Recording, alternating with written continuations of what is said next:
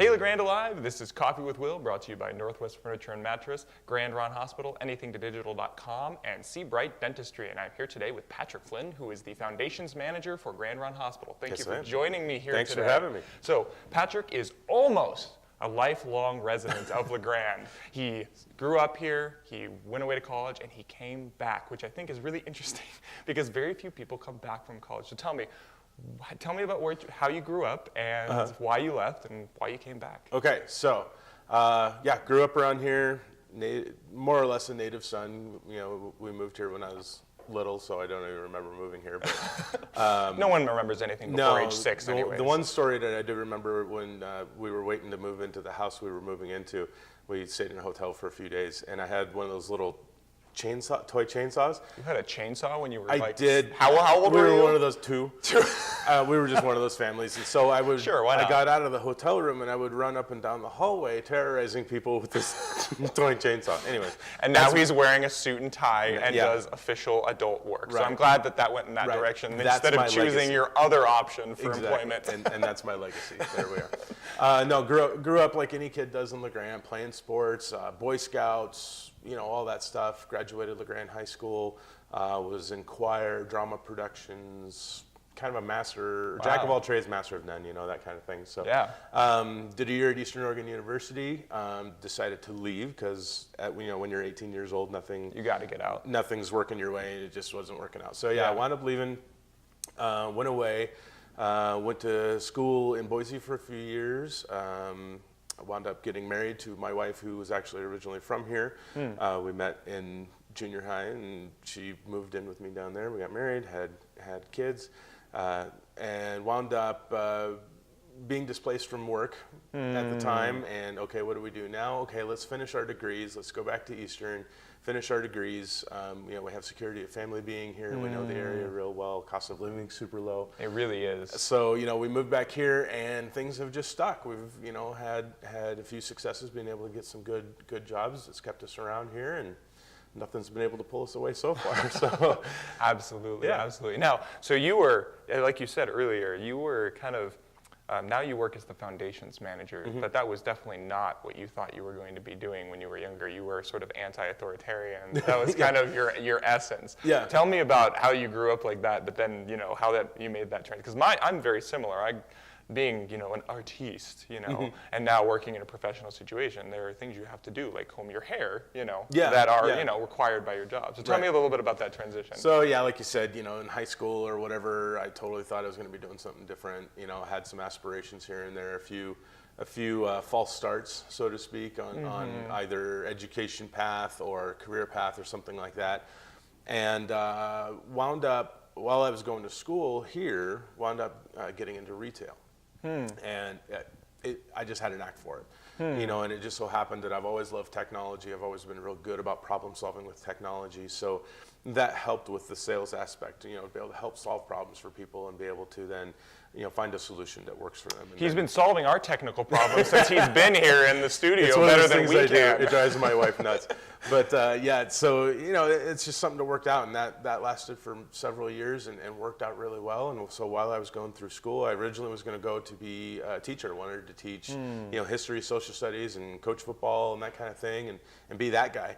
But then through my career path through retail and getting into management in retail and things like that, I was like, wow, I'm actually pretty good at this. Yeah. The teaching thing isn't really working the way I wanted it to.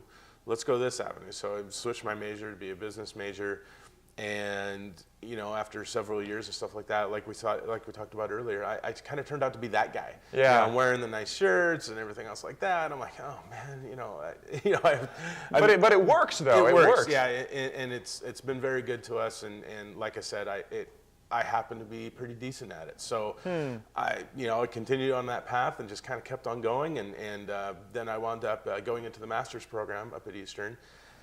Why I wanted to get my master's degree, I don't know. But why anybody wants to continue schooling after 16 years of schooling is beyond do all that schooling, get your bachelor's, and next thing, hey, let's go for another 2 years, and it costs that much more too. But it was just something I felt that should be done, and was the next step in my career path. And while I was doing that, I got super interested in other aspects of business I didn't think I'd be interested in. A lot of that thanks to the various professors up at Eastern that I worked with and now have a great relationship with afterwards. And, along that lines, philanthropy, fundraising, non-for-profit kind of stuff. Yeah. I'm just like, that actually sounds cool and fun and a way to use my skills and experience and education and everything else like that to go forth and do something good. And a lot of people shy away from non-for-profit or even governmental work. They don't think money's in it, whatever the case may be. Trust me, if you have an aspiration for something or have a talent for something, follow that and don't worry about the money. Don't worry about that kind of, because if I wanted the money, I would have gotten into investing or continued in sales or something like that. And then hated your life. Yeah, probably, yeah, and just been like, oh my gosh, what am I doing now? So, just wound up that, and then my predecessor at the hospital, he was in a period of transition, was working on leaving. This was a little while after I got my master's, and he said, we'd gotten to be good friends over the years, and he just said, hey, you should apply for this job. I think you'd be good for it. You've expressed interest in doing this kind of work. Come on over and take a look.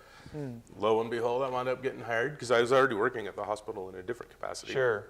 And just lo and behold, got hired, and it's been working out real good ever since. So it's been a little over a year ago now. So absolutely. So that being said, let's talk about the foundation a little bit. So we were talking a little earlier, and I was saying that I and probably many other people in LeGrand don't know what the Hospital Foundation is, what it does. A lot of the things that it does are behind the scenes, and we don't see them. Tell me a little bit about what the foundation is, what it does, and what you're doing in it currently. Right. Okay. So when you hear that a business or a family or an organization either is or has a foundation of some sort, it's not talking about the ground they stand on. Yeah, it's not the concrete pad that they have holding up the walls and everything else like that. No, what it is, in a way though, it kind of is financially, business-wise.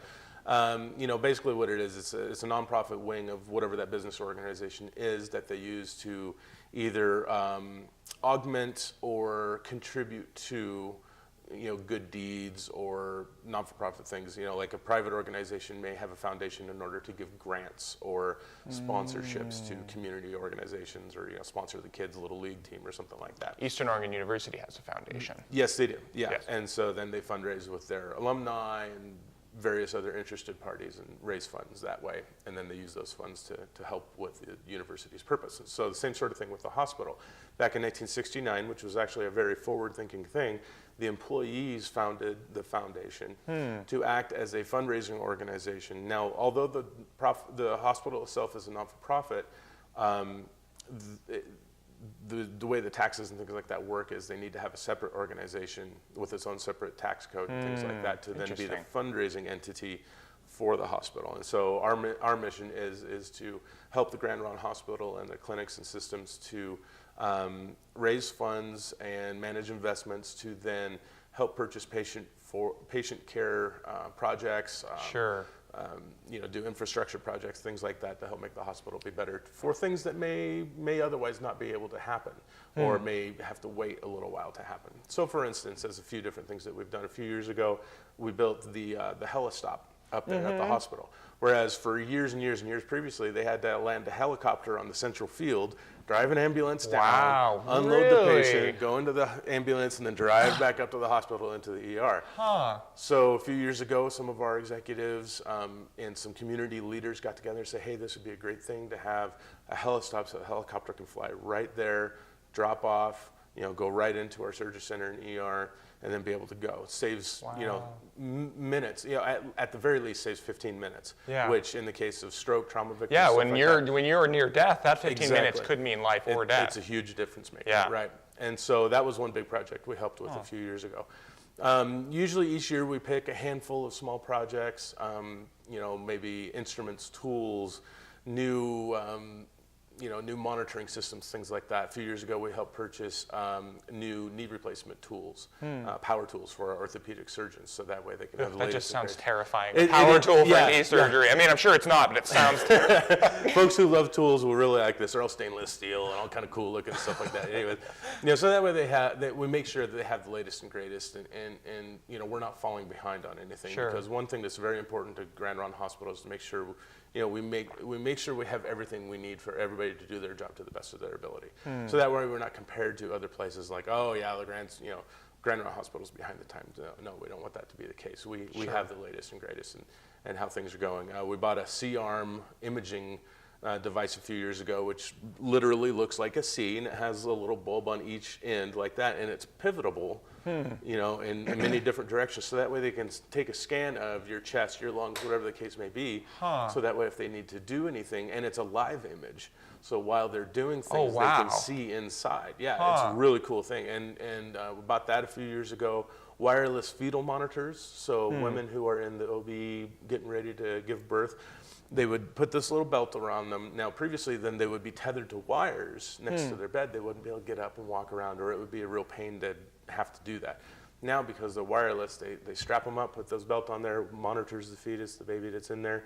The mom can get up, walk around, be comfortable, do whatever she needs to do to prep for labor. Wow. So we buy things like that every year. And this year in particular, we helped fund a hematology analyzer, which is a blood testing machine. Sure.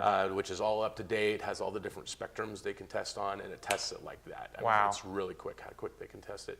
And we purchased an EKG machine for our new cardiology clinic. And we are also doing, the big one that we're doing this year is a 3D mammography machine. And we're actually getting 2 of these units. Previously, we only had 1 mammography machine in the hospital itself, but we're also getting another one that's gonna go in the women's clinic as well. So we're help funding that one. And those will be installed here shortly, but it's a fantastic technology. It's been out just a couple years, but just been approved by major insurances. So instead of just a flat static 2D image, it now functions similar to like an MRI, to where then you can scan through, on an XYZ axis, the image of the tissue. And it eliminates a lot of the previous problems they had with the old technology, to where, they would have tissue compacted on top of tissue. Well, now, because you can scan through that, you eliminate a lot of the false positives that they were getting. So it reduces return scans by up to 50%, and increases correct diagnosis or correct capturing of that image by up to 30%. So it makes a big difference in being able to correctly be able to find things, not have those false positives or have those return trips, simply because the technology limitations of capturing that compressed tissue like that. So it's an awesome new technology. And it's gonna be great. Now, so the question that is kind of coming to my mind here is, this kind of attaches back to what you were saying about doing good. Doing good. Some people might come to this and say, wow, a lot of these investments that we're making are unnecessary for LeGrand, small town LeGrand, and like LeGrand doesn't need these kinds of things, so we're quote unquote wasting money. Why do you feel that these are necessary things, and how are they doing good for the hospital and for the community? Although we are a small town in comparison, we're essentially the hub of Eastern Oregon, of our frontier area, which a lot of people have been calling it. And to have people have to travel, 3 hours or more outside of our area, given our roads the way they are for half the year, things like that, it doesn't make sense from a community service perspective to necessitate people to do that, to get tests, scans, simple doctor visits or checkups, when they can easily do that here with some investment on our part. Never mind revenue, never mind making money, things like that, but simply from a community service perspective, I believe that it is our duty to make sure that as many services as feasibly possible are provided here, so people can simply just make a short trip, drive across the valley, or for folks coming from Wallowa or even Baker City. And Baker City has a fantastic hospital facility there too. But, whatever their choice is, they have a place to come. Many people, because like I said, 3D mammographies existed for several years. And like Boise, a couple of the Boise hospitals have had them. So women who wanted to get 3D had to go to Boise, Portland, Tri-Cities in order to get those scans. And then they had to pay more for them, because at the time insurance didn't cover the difference between the standard and versus the 3D. 3D, yeah. Right. So now, using 3D as a continuing example, we're the first in Eastern Oregon to have 3D. And so, we'll have that service, so people from not only our clinics and facilities will be able to use it, but all other clinics and facilities to use it. So if people from Wallowa want to come down to use the new technology, they can. people from other clinics want to use it, they can. You know, it's wide open. It's not just something that we just keep. We don't just keep it in our pocket and say, sorry, no one outside of Grande Ronde Valley can use this Exactly, thing. yeah. We're not a walled garden here. And the same sort of thing like with our cardiology clinic, Dr. Arden and the new nurse practitioner just coming in. You know, a new service that we're offering that previously people had to go over the mountain and travel many hours for, and a lot of times stay overnight for something that's as simple as a monitor or a pacemaker or something like that. Whereas now she can install them, and it's just an in-office thing. You know, they're able to do it in-house. We have the technology to do it. We have the fantastically trained staff to do it. Having that offered there has made a huge difference for people, and now, you know, being able to have them come in, you know, have a pretty brisk schedule, you know, because sometimes when you schedule for a specialist out of town, you're talking weeks. Yeah, that's very true. To wait to have to go see them, you know, so we hopefully can keep that wait time Well, down. and something I will say about Grande Ronde Hospital is I've been there several times for stupid stuff to the ER, you know, as young men are apt to do. Sure. And I have gone in there, and the wait times are phenomenal. You know, like, because I used to go to the hospital where I used to live in Fairbanks, Alaska, which is, you know, 70, 80, 90,000 people just in the town of Fairbanks, you know, and that doesn't include North Pole and the various other communities surrounding it. And you had to wait there for hours. But when I go to Grande Ronde Hospital, I have, hands down, been there probably no more than 30 minutes or so before I've actually been admitted to go in, either that or myself or my girlfriend. So that is a wonderful service to offer here in town. And, you know, and that's just speaking from someone who has never had heart issues or, you know, I've never been pregnant, but, you know, though you may not know that I have never been pregnant, you know. I wouldn't have known. Now you do. So, I mean, these are just small things, so I can't even imagine the convenience of being able to have the large things. Right. So, that all being said, let's talk about Foundation. What's going on now? Where are you going from here? You have an event that's coming up. Tell me a little bit about the event. So the Foundation, you know, our job is to seek donations and manage our investments that we have. You know, luckily we have some nice investments that's been helped out through some large major gifts, estate gifts, things like that, which people may not know that they can do even while they're currently healthy and living, things like that. You know, maybe you have a living will or something like that. And you know, you think, okay, what's the tax impact going to be on the people I'm giving my estate to, no matter how big or small? Sure. And you can actually help mitigate that. And of course, talk to your tax professional. I'm not a tax professional, so I'm also not a tax professional, so you can help mitigate part of that impact by giving a portion of your estate to a not-for-profit organization such as Grande Ronde Hospital, which we would gladly appreciate. So just talk to your tax professional, talk to your person who prepares your will, and see if that's something that might be of interest and help benefit you and the people who you want to care for with your estate, you know, and then let us know. You know, so that way we can help recognize those people who want to do those gifts. So that's one thing there. But you know, through fundraising, you know, part of it is having events to bring people in. Sure. To, you know, let them know what we do, have a good time, things like that. And for 23 years, we've done the Grande Ronde Amateur Golf Tournament, and that's been continuing success. We're going to keep it moving forward because people love coming out and doing it. It's a lot of fun. And for a couple of years, our board members have wanted to do a gala event. And which we talked about earlier. No one knows what a gala is. I don't have a strict definition, so look it up on Wikipedia. Yeah, okay? exactly. Spare me some time here. But basically, you know, we wanted to have an evening for people to come out, get dressed up, or whatever the case may be, kind of have a theme around it, have some dinner, have some entertainment, you know, and then hopefully out of the kindness of their heart, then people will want to continue to have a relationship with the foundation of some sort, whether it be through giving or volunteering or putting us in their estate plans, whatever the case may be. And so in my year in this position, you know, I've been hearing this from my board members, okay, we want to do this, we want to do this. You know, talking earlier about being the business guy and all the education experience and stuff like that I've had, and also the training I've had in this position. You know, you want to have a purpose for what you do. Sure. You don't just want to go out there, spend the money, put on something like this, and then have it not be productive. Sure. You know, so you want to identify what your goals are. You want to identify, you know, you have to work the dollars, you have to make that work out, stuff like that. But you know, we want to have something unique, something different that LeGrand just doesn't have. There's a lot of different organizations out there seeking people's money. Sure. And so we want to help stand out, identify ourselves, get information out to the public. So we're doing this gala. It's identified as black and pink. And the reason we went with that is because we're fundraising for the 3D. Now, is there a dress code that you have to wear black and pink? It's encouraged. Because if I come, I'm wearing pink, a full pink striped suit. Honestly, I looked at that. I could strongly consider doing the Dumb and Dumber style pink tux, but it would be absolutely horrendous. I think it would be wonderful. I think you should do it. It would be interesting. And if we ever do something again on Coffee with Will, we're wearing pink outfits. You'll have to pay for it. But but yeah, black and pink. That was the intent. We called it a black tie gala event. Not black tie, pink tie gala event. So that way people can know to wear some pink with us. So I've talked to a few of the attendees, they got some cool pink dresses, things like that. I worked with our local formal wear person, and she got me set up with it's gonna be spiffy. It's gonna be pretty rad. So black, pink, plaid tie. I'm going Doctor Who style with the bow tie. Going to be a pink vest. I'm going to be rocking it. It's going to be awesome. And you're just like full of pop culture references for your outfits. Like I said, jack of all trades. So yeah, it's encouraged. And if people don't have any pink, it's fine. Wear whatever you want to wear. Wear something cool. Wear something nice. We want to make this special, make it memorable. If you don't have anything really nice, wear whatever you got. That's sure. I'm cool with it. It's fun. I think one of our board members is going to be wearing his cowboy bolo tie.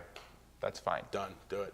But we wanted to make it memorable, so we're having dinner by Merlin Baker and his team, and that's going to be awesome. The menu's amazing.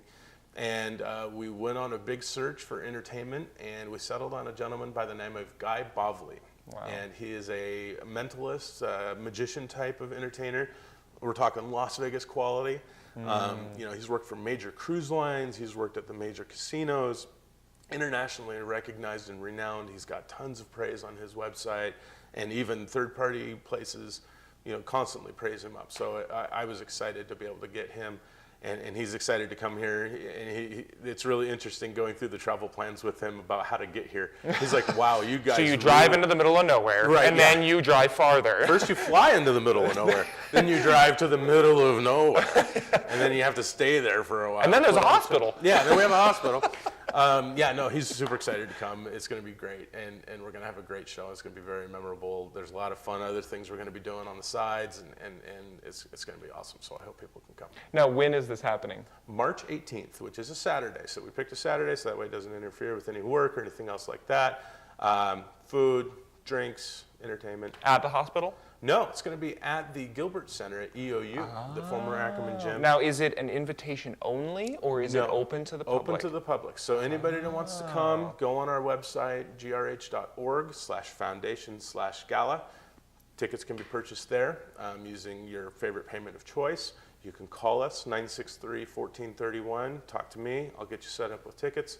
So yeah, anybody that wants to come can come.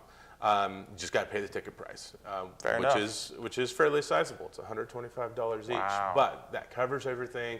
Has a little bit of a donation built in, so part of that is tax deductible. So if you need a receipt for that, let me know. But we built that in accordingly to that.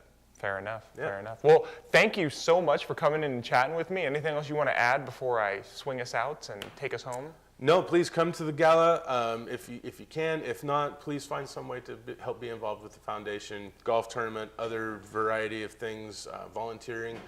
And if the foundation isn't your thing, find another not-for-profit. Water.org is a great one that I love. I've donated to Water.org before. Yeah, there's no shortage of good organizations out there that are worthy of people's support and help. So absolutely. Well, thank you for joining me, Patrick. It was downright pleasure. Thank you very much. And thank you, La Grande Live, for tuning in to Coffee with Will, brought to you by Northwest Furniture and Mattress, Grande Ronde Hospital, anythingtodigital.com, and Seabright Dentistry. Please like and share this video and tune in for more local content.